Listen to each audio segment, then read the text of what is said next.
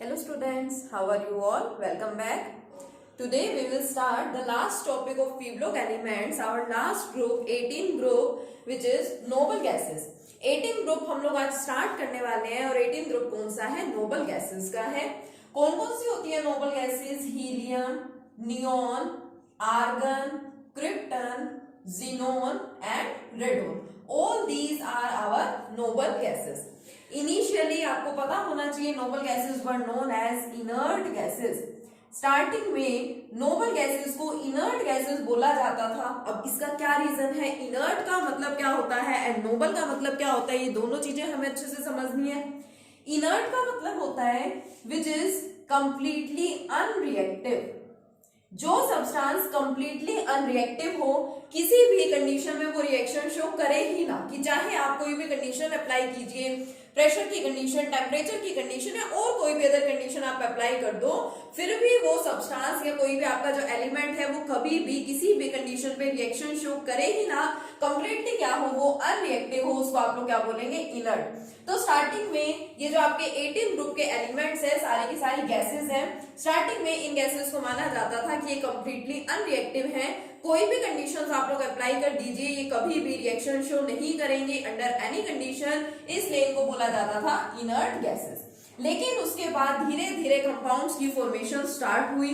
Nobel gases के भी compounds की फॉर्मेशन स्टार्ट हुई। नोबल गैस जनरली जो xenon है, बाकी सारी नोबल गैसेस तो कंपाउंड्स फॉर्मेशन नहीं करती हैं, but only xenon is involved in the formation of compounds. तो जब xenon के कंपाउंड की फॉर्मेशन होने लगी, काफी सारे कंपाउंड्स हैं अब हमारे पास xenon के, तो फिर ये पता चला कि ऐसा नहीं है कि नोबल गैसेस कंप्लीटली अनरिएक्टिव है।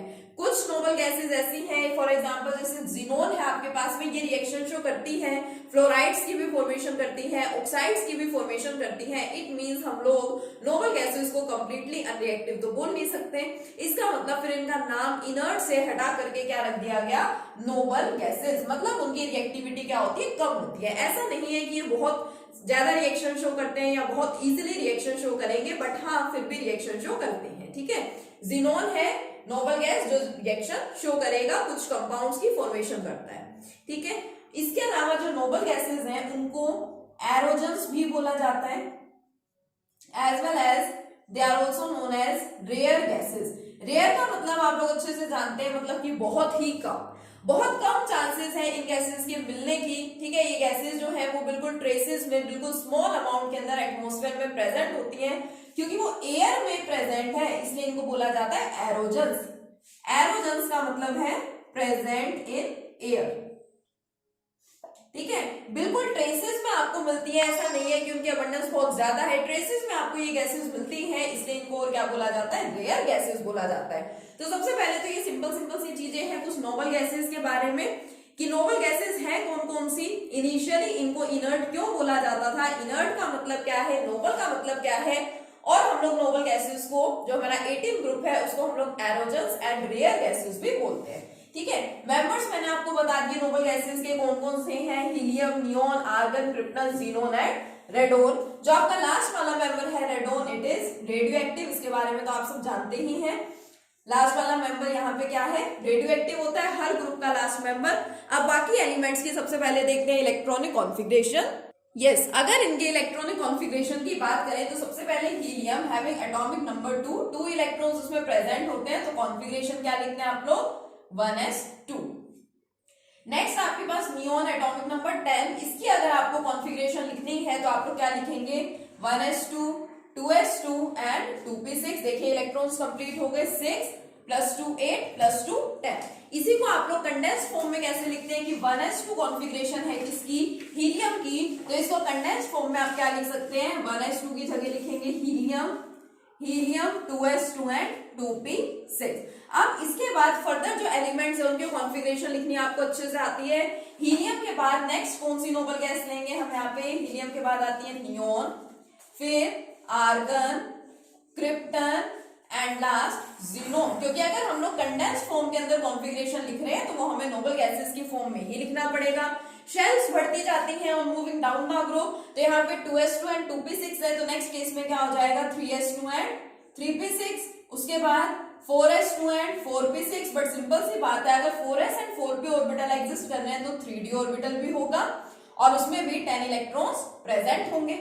फिर नेक्स्ट की बात करें तो यहाँ 3D था, तो नेक्स्ट केस में क्या आ जाएगा 4D10, 5s2 and 5p6, and last यहाँ पे 5D10, 6s2 एंड 6p6, और उससे पहले यहाँ पे आपका 4f ऑर्बिटल भी आ जाएगा कंटेनिंग 14 इलेक्ट्रॉन्स। इलेक्ट्रॉनिक कॉन्फ़िगरेशन लिखने का मेथड आपको अच्छे से पता है, आप लोग 3 ग्रुप्स पहले ही डिस्कस कर चुके हैं, 15, 16 एंड 17 ग्रुप। नोबल गैसेज ये जो आपकी है, it is our 18th group, जो हमारे पीरियोडिक टेबल का लास्ट ग्रुप है 18th ग्रुप। ठीक है, तो इसको आपको यहाँ पे अच्छे से ध्यान रखना है। कॉन्फ़िगरेशन आपको लिखनी इजीली आती है, हम लोग पहले भी कॉन्फ़िगरेशंस कर चुके हैं 3 ग्रुप्स की। ठीक है, 15, 16 एंड 17 ग्रुप की।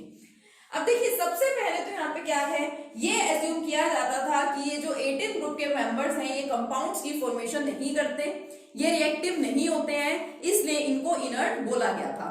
लेकिन फिर ऐसा क्या हुआ कि हमने इनका नाम चेंज करके क्या कर दिया, नोबल गैसेस रख दिया। और हमें कैसे पता चला कि इन कंपाउंड्स की भी फॉर्मेशन पॉसिबल है, मतलब कि जो नोबल गैसेस हैं वो भी कंपाउंड फॉर्मेशन करते हैं, हमें कैसे पता लगा? तो एक इंपॉर्टेंट क्वेश्चन है आपके एनसीईआरटी में भी गिवन है और आपसे पूछा भी जाता है कि which was the first ever compound of the noble gas. Noble gas का सबसे फर्स्ट एवर कंपाउंड नोन कौन सा है, किस साइंटिस्ट ने उसकी प्रिपरेशन की, और साइंटिस्ट को किस चीज ने इंस्पायर किया नोबल गैस के कंपाउंड्स की प्रिपरेशन करने के लिए? हुआ क्या था, एक साइंटिस्ट थे जिनका नाम था नील बार्टलेट। नील बार्टलेट, एन बार्टलेट भी दिया होता है आपकी बुक्स में। नील बार्टलेट एक साइंटिस्ट थे, वो क्या कर रहे थे, वो एक रिएक्शन करा रहे थे between oxygen and platinum hexafluoride. वो नोबल गैसेस का कुछ नहीं कर रहे थे, वो तो क्या कर रहे थे, सिंपल सा रिएक्शन करवा रहे थे between oxygen molecule and platinum hexafluoride. तो उन्होंने देखा यहां से एक कॉम्प्लेक्स कंपाउंड की फॉर्मेशन हुई। क्या कंपाउंड बना, ऑक्सीजन ने इलेक्ट्रॉन का लॉस किया O2 पॉजिटिव, एंड इस कंपाउंड ने क्या किया, इलेक्ट्रॉन का गेन किया, यानी कि PtF6 नेगेटिव। इस तरह से एक कॉम्प्लेक्स कंपाउंड के यहाँ पे क्या हो गई, फॉर्मेशन हो गई। नील बार्टलेट नोबल गैसेस का कुछ नहीं कर रहे थे, वो जस्ट सिंपली एक एक्सपेरिमेंट करवा रहे थे between oxygen and platinum hexafluoride. तो उन्होंने देखा इस कंपाउंड की फॉर्मेशन हुई। अब O2 के ऊपर यहाँ पे पॉजिटिव चार्ज है, तो ये चार्ज क्या शो कर रहा है कि ऑक्सीजन ने इलेक्ट्रॉन का लॉस किया होगा, यानी कि यहाँ पे आयोनाइजेशन एनर्जी इन्वॉल्व है। यही तो होती है आयोनाइजेशन एनर्जी, कि आप कितनी एनर्जी प्रोवाइड करेंगे कि आपके पास कोई भी एटम है वो पर्टिकुलर क्या कर ले, इलेक्ट्रॉन का लॉस करे। उसके लिए आप जो एनर्जी प्रोवाइड करते हैं that is known as the ionisation energy. फिर इन्होंने सोचा कि जो ऑक्सीजन है एंड नोबल गैसेस के अंदर जो जिनोन है, दोनों की आयोनाइजेशन एनर्जीज क्या होती है, ऑलमोस्ट कंपेरेबल है। ऑक्सीजन एंड जिनोन दोनों की आयोनाइजेशन एनर्जीज ऑलमोस्ट कंपेरेबल होती है। तो इन्होंने सोचा कि अगर ऑक्सीजन यहां से इलेक्ट्रॉन का लॉस कर रहा है और अगर जिनोन की आयोनाइजेशन एनर्जी इसी के अप्रोक्सीमेटली इक्वल है, तो फिर जिनोन को भी क्या करना चाहिए, इलेक्ट्रॉन का लॉस करना चाहिए। तो इन्होंने एक्सपेरिमेंट करवा के देखा। अब इन्होंने लिया xenon and platinum hexafluoride. After that he was surprised. उन्होंने क्या देखा कि जैसे ऑक्सीजन यहाँ पे इलेक्ट्रॉन का लॉस कर रहा था, पॉजिटिव चार्ज में कन्वर्ट हुआ, सिमिलरली यहाँ पे जिनोन पॉजिटिव चार्ज में कन्वर्ट हुआ, यानी कि जिनोन ने इलेक्ट्रॉन का लॉस कर दिया और लॉस करके वो इसके साथ कंबाइन हुआ एंड फॉर्मेशन हुई PtF6 नेगेटिव। वो नोबल गैस का कोई कंपाउंड नहीं प्रिपेयर कर रहे थे, वो जो जस्ट सिंपली एक रिएक्शन करा रहे थे। The first ever compound of noble gas was prepared accidentally. Accidentally इसकी क्या हो गई, फॉर्मेशन हो गई। किस चीज ने इंस्पायर किया नील बार्टलेट को नोबल गैस के कंपाउंड की फॉर्मेशन करने के लिए या प्रिपरेशन करने के लिए, कि उन्होंने सोचा कि ऑक्सीजन एंड जिनोन दोनों की आयोनाइजेशन एनर्जीज ऑलमोस्ट कंपेरेबल है। तो अगर ऑक्सीजन यहाँ पे इलेक्ट्रॉन का लॉस कर सकती है और कंपाउंड की फॉर्मेशन कर सकती है, इसी तरह से जिनोन को भी इलेक्ट्रॉन का लॉस करना चाहिए और वहां पे भी कंपाउंड की फॉर्मेशन होनी चाहिए। And he was successful in his experiment. वो अपने एक्सपेरिमेंट में क्या हुए, सक्सेसफुल हुए। And this is the first ever compound of the noble gas known. Xenon जो आपकी नोबल गैस है, इसका फर्स्ट एवर ये कॉम्प्लेक्स कंपाउंड है जिसकी उन्होंने क्या की थी, फॉर्मेशन की थी, जो आपको बिल्कुल अच्छे से याद रखना है। तो फर्स्ट कंपाउंड यहाँ पे बन गया। लेकिन उसके साथ साथ जिनोन के काफी सारे कंपाउंड्स की फॉर्मेशन अभी होती भी है। कौन कौन से कंपाउंड्स एग्जिस्ट करते हैं, जैसे xenon difluoride XeF2, xenon tetrafluoride, xenon trioxide, xenon tetroxide, सिर्फ जिनोन ही है जो कंपाउंड्स की फॉर्मेशन करता है, ठीक है। XeO2F2 xenon oxy difluoride, XeOF4 xenon oxy tetrafluoride. तो ये सारे कंपाउंड्स हैं जो कि जिनोन के एग्जिस्ट करते हैं और इन कंपाउंड्स की फॉर्मेशन पॉसिबल है, ठीक है। तो अभी हम लोगों ने क्या डिस्कस किया, नोबल गैस के बारे में थोड़ा सा बेसिक हमने देखा, फिर उसके बाद हमने नोबल गैसेस की कॉन्फ़िगरेशन यहाँ पे देखी, फर्स्ट एवर नोबल गैस का कंपाउंड कौन सा बना ये हम लोगों ने यहाँ पे देखा, और आपको साथ ही में ये बताया कि जो जिनोन है सिर्फ वही एक नोबल गैस है जिसके कंपाउंड्स की फॉर्मेशन पॉसिबल है, और ये सारे कंपाउंड जिनोन क्या कर सकता है, प्रिपेयर करवा सकता है, ठीक है। अब बात करते हैं जिनोन की कुछ और प्रॉपर्टीज की, जिनोन ही नहीं कंप्लीट नोबल गैसेस की कुछ प्रॉपर्टीज की बात करते हैं। चलिए, सबसे फर्स्ट प्रॉपर्टी जो हमें नोबल गैसेस की डिस्कस करनी है दैट इज एटॉमिसिटी।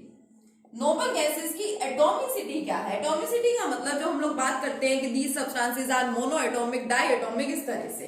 तो आपके जो नोबल गैसेस हैं these are mono atomic in nature, या हम लोग ये बोलते हैं देयर एटॉमिसिटी इज 1।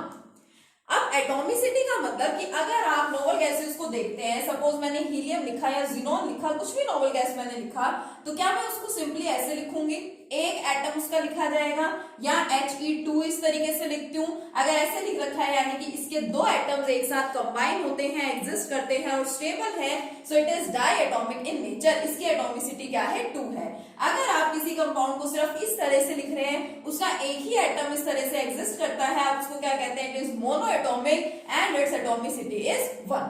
तो नोबल गैसेस के बारे में आप सबको अच्छे से पता है कि जो नोबल गैसेस है they have completely filled orbitals and they have stable electronic configuration. जो भी जितने भी आपकी नोबल गैसेस हैं, जितने भी मेंबर्स हैं 18 ग्रुप के, सभी की कॉन्फ़िगरेशन क्या होती है, स्टेबल होती है, सभी का ऑक्टेट कंप्लीटली फिल्ड है, आउटर मोस्ट शेल के अंदर 8 इलेक्ट्रॉन्स प्रेजेंट होते हैं, इसलिए नोबल गैसेस को किसी और के रिक्वायरमेंट नहीं होती, क्योंकि वो ऑलरेडी स्टेबल है, तो फिर उनको बॉन्डिंग की जरूरत नहीं होती, वो अकेले रहना ही पसंद करेंगे। इस वजह से क्या बोलते हैं कि noble gases are monoatomic in nature, their atomicity is 1, ठीक है। First simplest property about atomicity. Second one is their atomic size. अब एटॉमिक साइज की अगर बात करें तो एटॉमिक साइज देखिए, helium, neon, argon, krypton, xenon and radon. On moving down the group, अगर हम लोग डाउन द ग्रुप की बात करें तो on moving down the group the atomic size increases. Why? क्योंकि अभी मैंने कॉन्फ़िगरेशन लिखी थी तो आपने क्या देखा, नंबर ऑफ शेल्स बढ़ती जा रही हैं। हीलियम की आपने कॉन्फ़िगरेशन लिखी, हीलियम की कॉन्फ़िगरेशन क्या थी, 1s2, यानी फर्स्ट शेल वहां पे प्रेजेंट थी। नेक्स्ट केस में आई सेकंड शेल, फिर 3 शेल्स आई, 4 शेल्स आई, तो on moving down the group shells बढ़ती जाती हैं, और इस वजह से एटॉमिक साइज भी क्या होता जाएगा, बढ़ता जाएगा। कि अगर कहीं पे मान लो ये 1 शेल है, फिर कहीं पे मान लीजिए 2 शेल्स हैं, 3 शेल्स हैं, तो जैसे जैसे शेल्स बढ़ती जाएंगी तो एटॉमिक साइज तो अपने आप बढ़ना ही है। So on moving down the group atomic size increases. अब हम लोगों ने ये पढ़ रखा है कि डाउन द ग्रुप तो साइज बढ़ता है, लेकिन साथ ही में हम लोगों ने ये भी पढ़ रखा है कि on moving left to right in a period the atomic size decreases.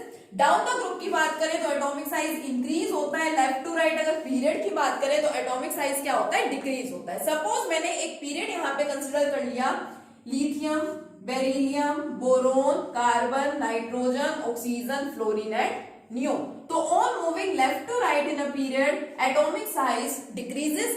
इसका मतलब क्या है, लिथियम का साइज सबसे बड़ा होना चाहिए इस रिस्पेक्टिव पीरियड के अंदर, बेरिलियम का लिथियम से थोड़ा सा छोटा, इसका और छोटा, फिर और छोटा, एट लास्ट जो आपकी नोबल गैस है यहाँ पे नियोन, उसका साइज अपने रिस्पेक्टिव पीरियड में सबसे छोटा होना चाहिए, लेकिन ऐसा नहीं होता। फर्स्ट एक्सेप्शनल केस यहाँ पे नोबल गैसेस की टर्म्स में, नोबल गैस में यहाँ पे अराइज होता है कि नोबल गैसेस हैव, क्या होता है नोबल गैसेस के पास, noble gases have largest size, इनका साइज लार्जेस्ट होता है। Noble gases have largest size in their respective periods. Noble gases have largest size in their respective periods. अपने रिस्पेक्टिव पीरियड में, मतलब इस पीरियड के अंदर इस नोबल गैस का साइज होना चाहिए था सबसे छोटा, बट एक्चुअल में इसका साइज क्या है, सबसे बड़ा है। इसके नेक्स्ट पीरियड की बात करेंगे, इसका नेक्स्ट पीरियड कौन सा है, सोडियम, ठीक है, sodium, magnesium, aluminium, silicon, phosphorus, sulphur, chlorine and argon. इस रेस्पेक्टिव पीरियड के अंदर सबसे छोटा साइज होना चाहिए था आर्गन, लेकिन आर्गन का साइज क्या है, सबसे बड़ा है। अब ऐसा होता क्यों है? सारी चीजें, सारी प्रॉपर्टीज आपको पता चलती हैं इलेक्ट्रॉनिक कॉन्फ़िगरेशन से। तो अगर हम लोग बात करें इलेक्ट्रॉनिक कॉन्फ़िगरेशन की, then noble gases have fully filled orbitals. उनके ऑर्बिटल्स क्या होते हैं, फुली फिल्ड होते हैं। स्टेबल उनके कॉन्फ़िगरेशन है। फुली फिल्ड होने का मतलब क्या है कि इलेक्ट्रॉन्स एक दूसरे के क्लोज एग्जिस्ट करते हैं और इलेक्ट्रॉन्स में क्या होती है, रिपल्शन। और मैंने तो आपको एक छोटा सा केस बता रखा है, अट्रैक्शन की वजह से साइज हमेशा घटता है, रिपल्शन की वजह से साइज हमेशा बढ़ता है। आपके पास ये एक सब्सटेंस है, सपोज ये इसको अपनी तरफ अट्रैक्ट कर रहा है, तो ये इधर आएगा इसकी तरफ, यानी कि साइज क्या हो रहा है, देखो पहले इतना था और अब क्या हो गया, डिक्रीज हो गया। रिपेल करने का मतलब, सपोज ये मार्कर ये क्या कर रहा है कि इस कैप को रिपेल कर रहा है, तो ये इससे दूर जाएगी, तो रिपल्शन की वजह से, दूर जाने की वजह से साइज क्या होता है, बढ़ता है। तो क्योंकि आपकी जो नोबल गैसेस हैं, they are stable, they have completely filled orbitals, they have fully filled octets, और इसकी वजह से इलेक्ट्रॉन्स में क्या होती है, रिपल्शन होती है, and due to repulsion the size increases. So noble gases have largest size in their respective period. अपने रिस्पेक्टिव पीरियड में नोबल गैसेस का साइज क्या होता है, सबसे बड़ा होता है या सबसे ज्यादा होता है। तो फर्स्ट प्रॉपर्टी एटॉमिसिटी हो गई। सेकंड प्रॉपर्टी किसकी बात की हम लोगों ने, एटॉमिक